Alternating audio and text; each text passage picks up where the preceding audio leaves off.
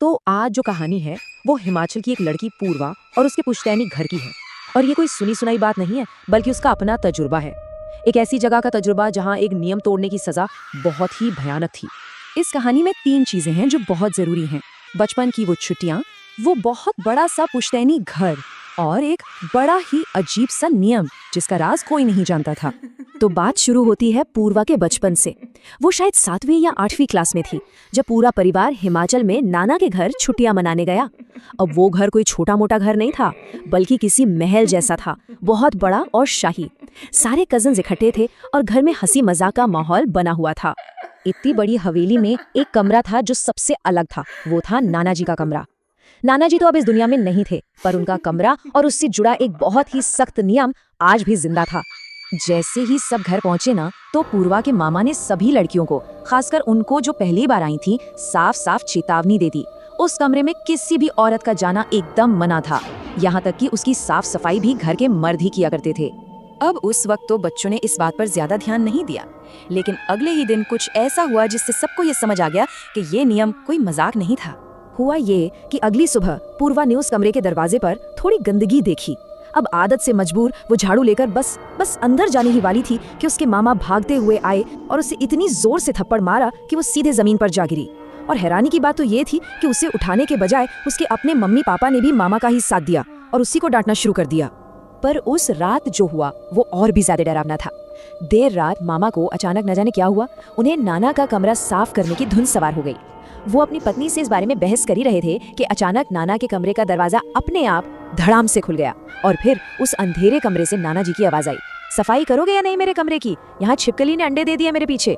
अगली सुबह जब मामा अंदर गए तो तस्वीर के पीछे सच में छिपकली के 3 अंडे पड़े थे। इस घटना के बाद घर में अजीब चीजें और भी बढ़ने लगी और इस बार निशाना थे बच्चे। कुछ दिन बाद की बात है। पूर्वा और उसकी कजिन दिव्या शाम को बस ऐसे ही टहलने निकली थी। तभी उन्हें अपने ठीक पीछे से बहुत सारी बकरियों के झुंड के चलने और उनकी घंटियों की तेज आवाज आने लगी। मतलब ऐसा लगा जैसे कोई 20-30 बकरियां ठीक उनके पीछे पीछे चल रही हों।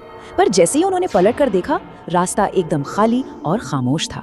ये देखते ही दिव्या का चेहरा सफेद पड़ गया और वो चीख कर घर की तरफ भागी, क्योंकि वो जानती थी कि ऐसी आवाजें किसी बुरी शक्ति का संकेत होती हैं।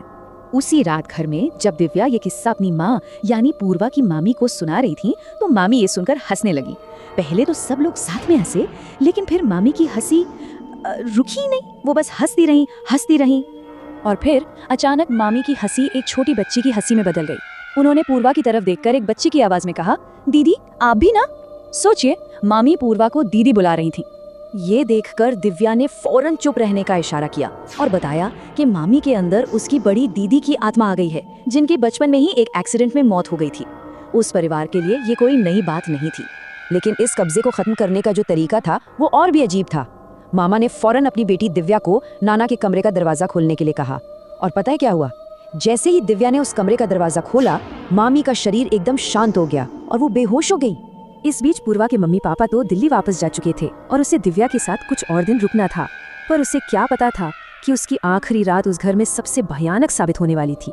रात के कोई 3 बजे होंगे, पूर्वा की नींद खुली और खुलते ही उसने महसूस किया कि कोई उसे पीछे से कसकर पकड़े हुए है। वो हिल भी नहीं पा रही थी। कमरा एकदम अंधेरा था और दरवाजा अंदर से बंद था। और फिर उसके कान में एक फुसफुसाहट आई, एक बच्ची की आवाज में, दीदी मेरे साथ खेलो। जी हाँ, वो कोई और नहीं, उसकी मामी थी, जिनके अंदर फिर से उसी बच्ची की आत्मा आ गई थी। पूर्वा इतना डर गई कि वो जोर जोर से चिल्लाने लगी। उसकी चीख सुनकर मामा और दिव्या बाहर से दरवाजा पीटने लगे, लेकिन कुंडी तो अंदर से लगी थी, कोई अंदर आ ही नहीं सकता था। जब बाहर से मामा ने दिव्या को चिल्लाकर नाना का दरवाजा खोलने के लिए कहा, तो मामी के अंदर से उस आत्मा ने पूर्वा के कान में फुसफुसाया, गेट खोला तो मार दूंगी। अब सोचिए पूर्वा की हालत।